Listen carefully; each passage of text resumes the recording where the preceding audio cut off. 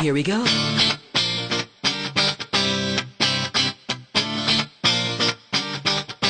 Let me lift you up.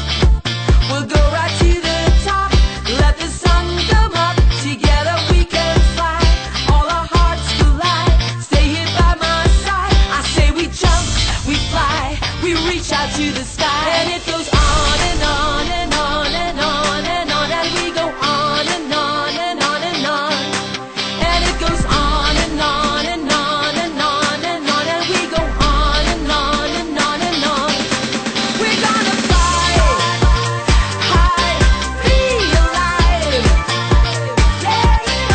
We're gonna fly high, be alive. We're gonna fly high, be alive.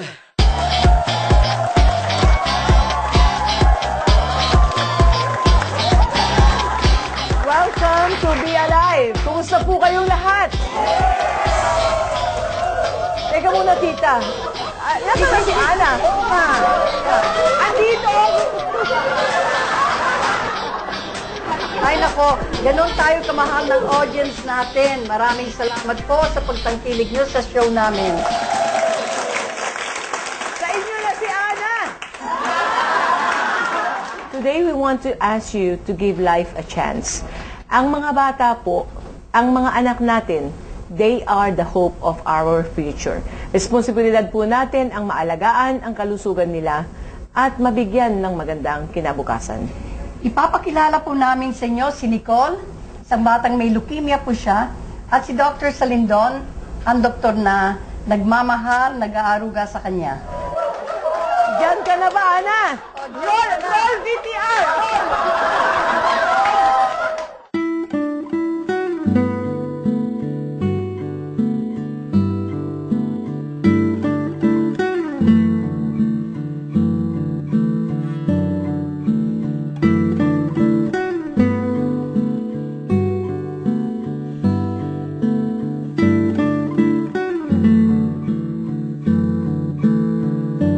Nicole, that's a very rare kind of sickness.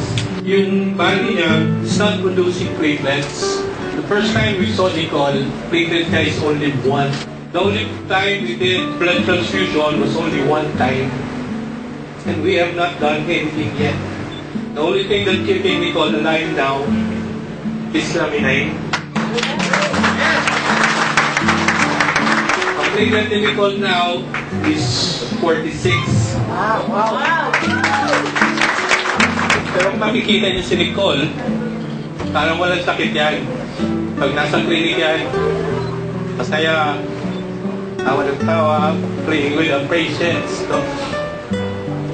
It was the grace of Miss Susan, no? Sinusuplayan niya si Nicole ng laminine. Nicole still has a lot of things to do, pero every week comes to the clinic, no? We pump in a lot of vitamins, no? We give him enough of the things that we have, ano may bibigay namin. What we're doing now is trying to remove most of the toxins we know that's still there in the body. So we're doing, every time she goes to the clinic, we're doing a chelation therapy for her. No, so we expect the body to have full production for platelets siguro probably in a 6 months time. Once we remove all the toxins and stimulate all the bone marrow, stem cells, and that's the time we will see Nicole na have a normal count for platelets.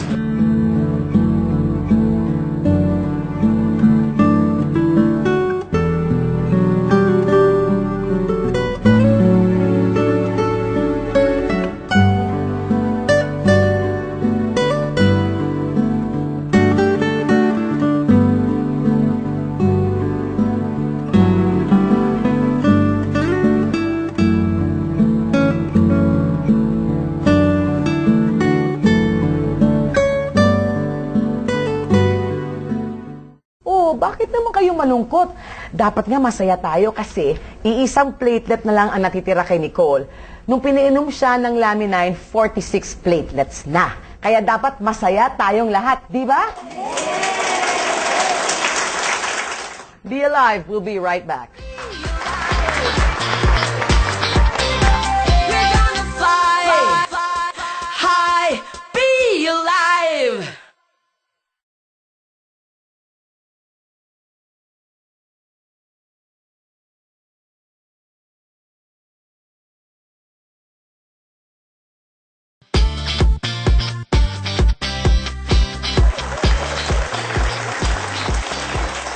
Ladies and gentlemen, please welcome Dr. Salindong. Doctor, everybody saw that incident with you and Nicole. Alam mo, Doc, pinakita ko rin yun sa US, no? Sa US, sa California. And actually, even Dr. Escalan was so touched. Okay. And nakikita ko sa mata niya, nangingilid din yung luha. Usually, doctors don't really get affected na eh. Kasi nakikita nyo everyday mga traumatic situations.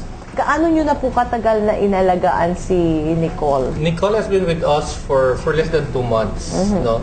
Because Miss Susan who sent Nicole over sa clinic. Then when we saw her, no, ang platelets was really low. No, hindi nga kami makapaniwala nung may nabubuhay pa pala. This is the first time I saw a child with ang platelet is 1. Wow. No, wala kang maniwala eh. Kasi hindi ko rin alam kung ano yung gagawin ko eh. Pero sabi ko nga, no, I had Laminine with me na noon eh. No, so sabi ko, walang ibang choice but really to put her on Laminine. No, so that's what we did. No? So we started with Laminine and we combine other natural treatment. Now we do chelation, we do heavy metal detox. No? So these are the things that we do. After about 2 weeks of that, no, we also did 1 blood transfusion kay Nicole. Yung sakit kasi ni Nicole, it's called the idiopathic thrombocytopenia purpura. It's a very rare kind of disease. Malalim yun. Especially afflicted mga bata. Statistics shows about 1 is to 20,000. Kaya nga, that's the reason why it's called idiopathic. Idiopathic means we do not know the cause. Wow. So, sa medicine, kung hindi mo alam ang dahilan, walang treatment. No, tama. And that's always the problem with us, no, sa pagdating sa mainstream medicine. But the way we treat it is we treat it like leukemia. Nicole has about 8 cycles of chemotherapy. Just imagine, and the medicine that was used to her is a kind of alkaloid which basically destroys the bone marrow. Oh my goodness. So it destroys your red blood cells, it destroys your white blood cells, and it also destroys your platelets. How were you able to raise the platelets from 1 to, I think, 46. With this kind of condition, there are levels na tinatawag, no? Less than 10,000 is a critical level. She can die anytime. And ang gusto namin level, at least mga 50,000 eh. May lagay namin siya sa 50,000, medyo stable na yan, no? And then we try to find out what's really causing the problem. Then hopefully na we go put it back into the normal. Ang normal for this child is about 300,000. So we still have a long way to go. We're doing now detoxification, no, and all of this stuff, no? Kasi nga, the reason why we cannot raise the platelets as high as 50,000 or above is because still the effect of the chemo drug. Oh my goodness. Diba? Andudun pa yun eh. So unless that the drug is andudun pa yun, you cannot just put in anything. Sabi nga, diba, law of thermodynamics, you cannot have 2 matters in a single place. So you really have to do a lot of detoxification. Kaya nga I was giving her at least mga 6 months, no, na sana nasa stable. active pa si Nicole, no? Kasi nga, she can bleed anytime eh. Yun ang worry ko. Kaya nga what we're doing now is we're trying to strengthen the blood vessels para kahit anong baba ng kanyang platelets niya, hindi siya mag-bleed. Problema mo lang kasi bleeding eh. So the problem with platelets is that ito yung parang bulka cell ng ating blood. Where there's a damage in the blood vessels, you bleed. No, this is the first line of defense. They go immediately to the side, then they make tapal-tapal dun sa butas. No, parang bulkasil talaga, as in.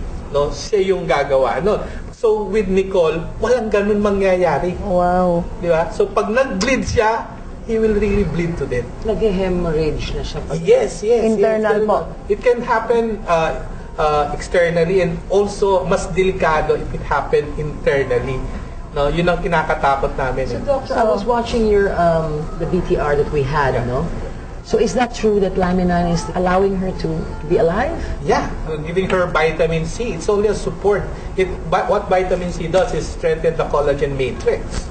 Diba? But outside of that, vitamin C, wala na kaming binigay na iba. The other, multivitamins lang, give her some some herbal teas outside of the natural products that we use. Katulad ng sabi niyo, mahaba pa po yung journey ni Nicole para maging stable siya. Kung meron pong napakabuting puso dyan na gustong tumulong, nakikiusap po kami sa mga televiewers natin. Kami po sa Forever Rich, we're willing to sustain need niya sa laminahin. Yeah. Nakita niyo naman si Dr. Salindong, talaga pong ang puso po niya. I mean, hindi lang po siya doktor. Sabi ko nga, anghel to eh. Anything you can give, no? The family is really wala po talagang financial, no? If pababayaan natin si Nicole, Nicole will die. We're inviting the audience that if they wish to make comments or suggestions or offer your help regarding our case today, you can also call the numbers flashed below. Be alive. Doctor, thank you very much. We'll be right back. We will be right back.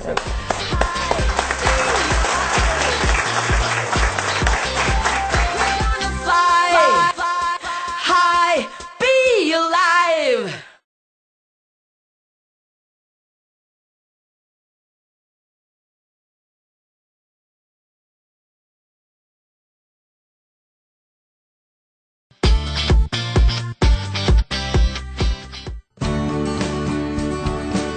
Crash dieted, my resistance went low.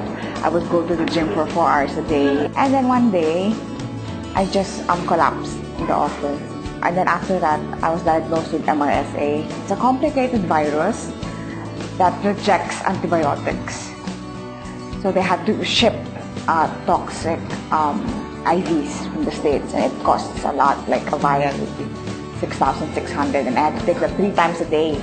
And then it spread into the heart and my lungs, my liver. I had sepsis, and then there's a lot of complications.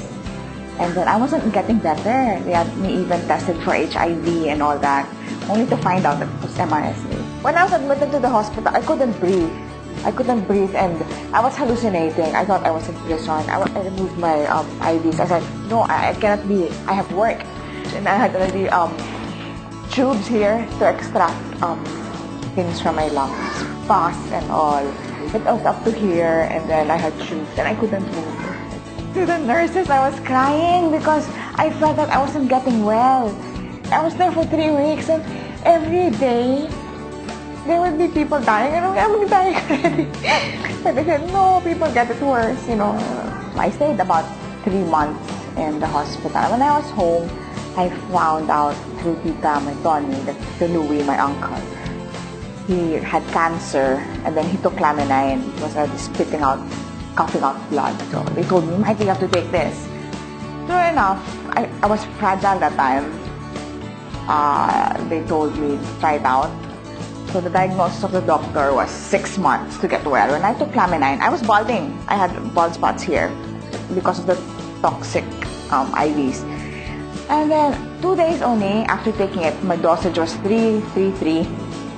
My hair stopped falling completely, and then I started breathing well before I had shortness of breath. You know, like really bad, like like that. I got better, and I'm maintaining now because I saw the effects right away, and I'm happy.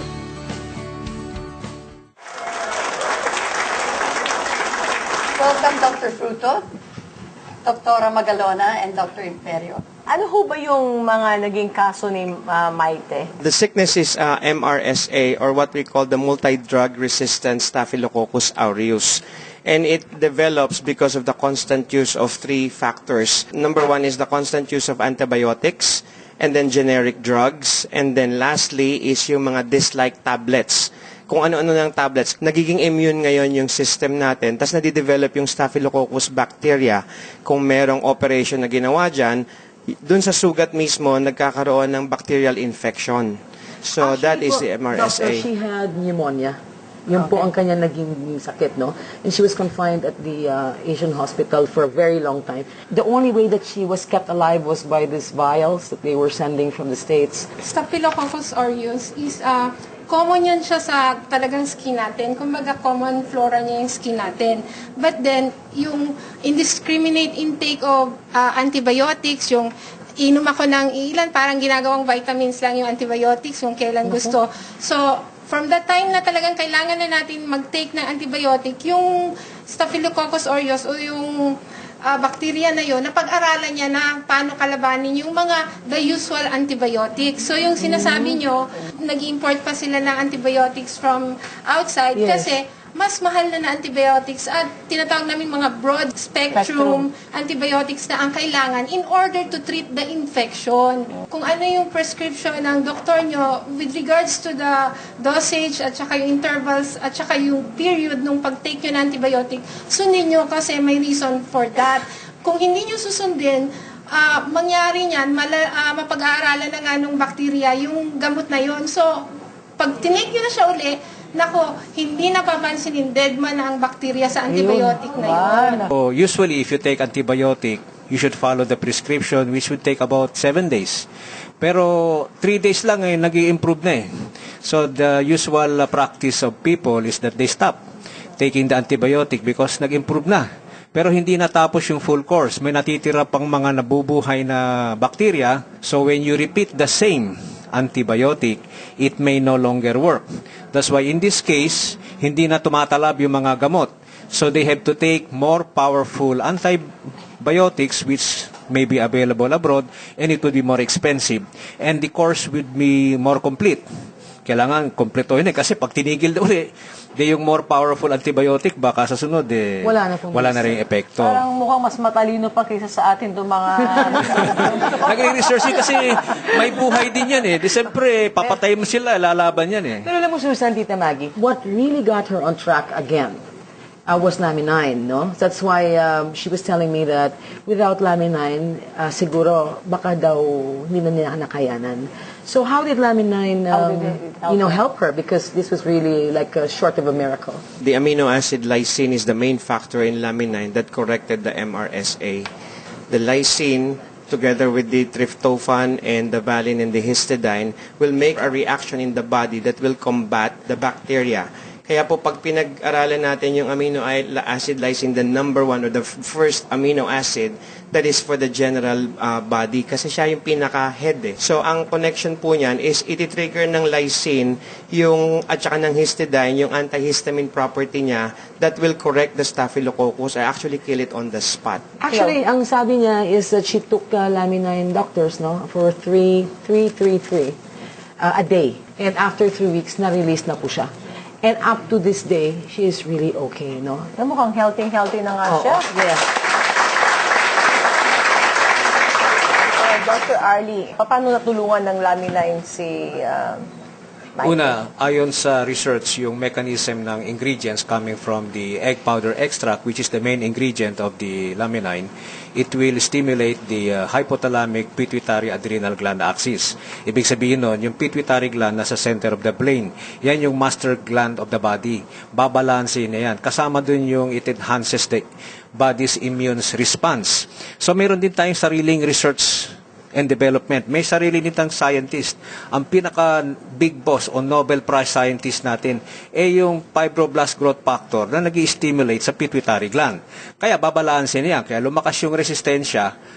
That's more intelligent than the antibiotic because the antibiotic was developed by man based on what has been found in the laboratory. But the researcher inside the body, which is connected to the super physician, which is God himself, has infinite intelligence. Pwede niyang i-research kung ano ang pwedeng panlaban doon sa bacteria yan. That's why we combine everything. If you have to take medicine, take medicine. But we have to enhance the body's ability to fight infection in a more natural way. And that's where the ingredients coming from Laminine may come in. It will serve as an adjunct in the formal regimen for treating any disease. To add to what Dr. Arlie said, with regards to the infection, malaki talaga na itulong ng Laminine because lahat po ng cells sa katawan ng tao nagko-communicate. They communicate as an added info. Di ba po yung Laminine natin, meron siyang fibroblast growth factor. Lahat po ng cells natin may fibroblast growth factor receptor. Ibig sabihin, may purpose yung fibroblast growth factor sa lahat ng cells natin. So it has the ability to command the cell. So kung yung immune system natin is made up of cells, yung mga white blood cells natin and all the defense system ng katawan natin, so ang fibroblast growth factor can create a signal to all our cells to signal our immune system to fight those bacteria.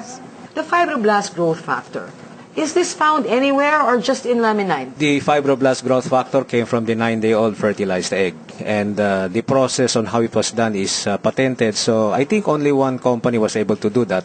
So it cannot be found elsewhere. Our body already has its own fibroblast growth factor. Kaya lang, habang tumatanda po tayo, tumatanda na rin yung tinatamad. Kailangan ng konting tigasundot o backup. That is where the food supplement comes in. Okay, fantastic. No, Very Susan? good. So Yes. again, thank you, doctors. And Tita Maggie. So I think it's another very informative show. The problem is, Susan, ang dami nagre-request.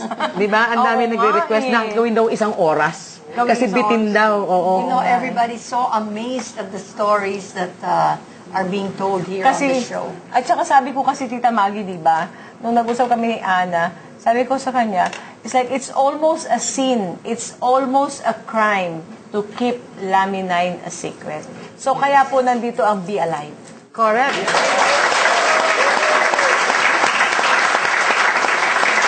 Well, anyway, ladies and gentlemen, we have Maite Calero in the audience. She's over there. Thank you very much, Maite. Babalik po kami. Don't go away.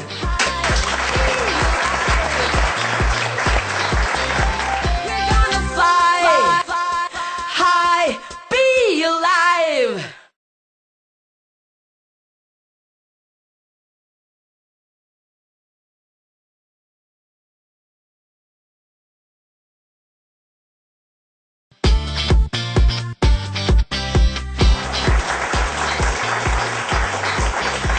Today we have a special guest, Mr. Olan Ignacio. Well, Olan, thank you for coming here, and I know you'll be sharing with our televiewers your success story and the many stories we have on our advocacy to touch Filipino lives. Oo nga, Ma'am Susan. Naalala ko, nung nagsimula pa lang tayo, talagang nainlove ako when it comes your passion about sa Pilipino, paano matutulungan. Marami na lang tayong nilakbayang paghihirap, pero natutuwa ako sa ngayon marami tayong natulungan, hindi lamang gumaling, maging sa financial aspect. Oo nga, Olan. Alam mo, natutuwa talaga ako sa'yo dahil nakikita ko na naiintindihan mo yung passion ko. Ang pagkakaiba lang natin, mistisa ako, ikaw. Moreno. Moreno? At saka syempre babae ako. Barako. Barako. Ano ba yung sabi mo? Gabriela Silang. May pusong Melchora Aquino. Ayun. At lalo pang nakakatuwa, yung nakikita natin yung resulta ng ginagawa at sakripisyo natin. Yeah, naalala ko noon, Ma'am Susan, problema ko noon, during that time, I was financially unstable. Meron akong solid asset, pero when it comes to liquidity, wala. Naalala ko, sinanla ko pa sa'yo ang aking bracelet, dala ko ngayon. And then, during that time, pati yung tuta ko na pinangalanan mong mouse na ibenta ko po sa inyo. Maganda ho ron, ginamit ko po yan para sa capitalization o para po panustos dun sa mga pangangailangan namin to do the business. Ayun. Talagang kahanga-hanga ka, Olan. At alam ko rin na maraming mga problema, ang daming, challenges. Pero nalagpasan mo lahat ng challenges na yon. I believe that we cannot change the wind, but we can adjust our wings. And I believe na kung alam mo yung ginagawa mo, lalo na sa ikakalawalhati ng Panginoon, at pangalawa para sa inang bayan, ibibigay mo lahat, Ma'am Susan. Tama, tama. Totoo yun. Katulad ko, Olan, na gusto ko ba na pagka ako isang araw ay nasa 6 feet under the ground, may mga taong masasabing, naging ganito ako dahil kay Ma'am Susan. Yung ganun ba? Ako po ay galing sa mahirap. Ang lolo ko po ay isang basurero. Ang lola ko po ay isang Metro 8. In fact, famous yung balita nung namatay siya, nabagsakan last February 7, 1980s, nabagsakan ng 12-foot trailer dito po sa Luneta. And then, ang magulang ko po, ang tatay ko, patang nanay ko po, ay pareho po ring street sweeper o kaya Metro 8. Ako po ay isa po ring janitor dati, at car wash boy, at kung ano yung binibenta para lamang pumubuhay. You fight for a cause. Yun nga. Yes. You don't fight for yourself. You serve para sa ibang tao, hindi para sa pangsarili mo. Yun ang hinahangaan ko sa iyo, Olan. Kaya nung dinala kita sa Amerika nung 2 weeks ago, at nandun ka sa entablado na sa harap ng ilang libong Amerikano, at ang suot-suot mong sombrero ay yung flag ng Pilipino. Diba? Isa malaking karangalan sa akin para ho maimbitahan doon at sabihin kung paano po ang nangyayari sa atin. Yung iba pong kinikita ko ngayon ay napupunta po sa Pasiton Movement para po pagpaaral ng mga ibang bata po. Kaya malaking bagay po sa akin ang ginagawa ko po sa Laminay. Very nice. Alam ko na yung pass it on na yan ay maganda rin ang adhikain at marami pa tayong lalakbayin, Olan. Umpisa pa lang to. I'm sure that you will agree with me that we will reach our destination. We will fly high. We will soar. And no matter how many mountains we climb, no matter how deep the ocean is, we will be there for our people. Yeah, I believe so. I believe so. Right now po, sa tulong po ng Laminay, ng Forever Rich, nakabili po ako ng townhouse at isa pong condo. At ang maganda pa ho niyan, bukod sa mga scholarship, kung ano-ano pa pong bansay na pupuntahan ko ngayon para ipalaganap ang kagandahan ho ng produkto ng Laminay. Ikaw ba'y gumagamit ng Laminine? Yeah. Diabetic ka rin, di ba? Yeah, since I was 39 years old, I used insulin. But the good news, the things that I need to do, strenuous kasi yung trabaho natin, nag-iisip, hindi lang yon, we need to put it into action. Magandang stamina ko. And besides that, ang sabi nila, bumata raw ako. Totoo yan, Olan. Totoo yan. 10 years at the minimum na bumata ka. Di ba? So, yung mga dalaga dyan, okay, naghahanap siya ng isang Gabriela Silang, yung younger version. So, salamat, Olan. By the way, I would like to invite you, Monday, Wednesday, Friday, 4 o'clock po, nagkakandak po ako ng mga seminar about Laminine and personality development. Naniniwala po si Olan Ignacio na ang maging isang mahirap ay hindi kasalanan. Subalit ang tirhan, ang kahirapan, ay isang kapahamakan. Mabuhay po ang Pilipinas.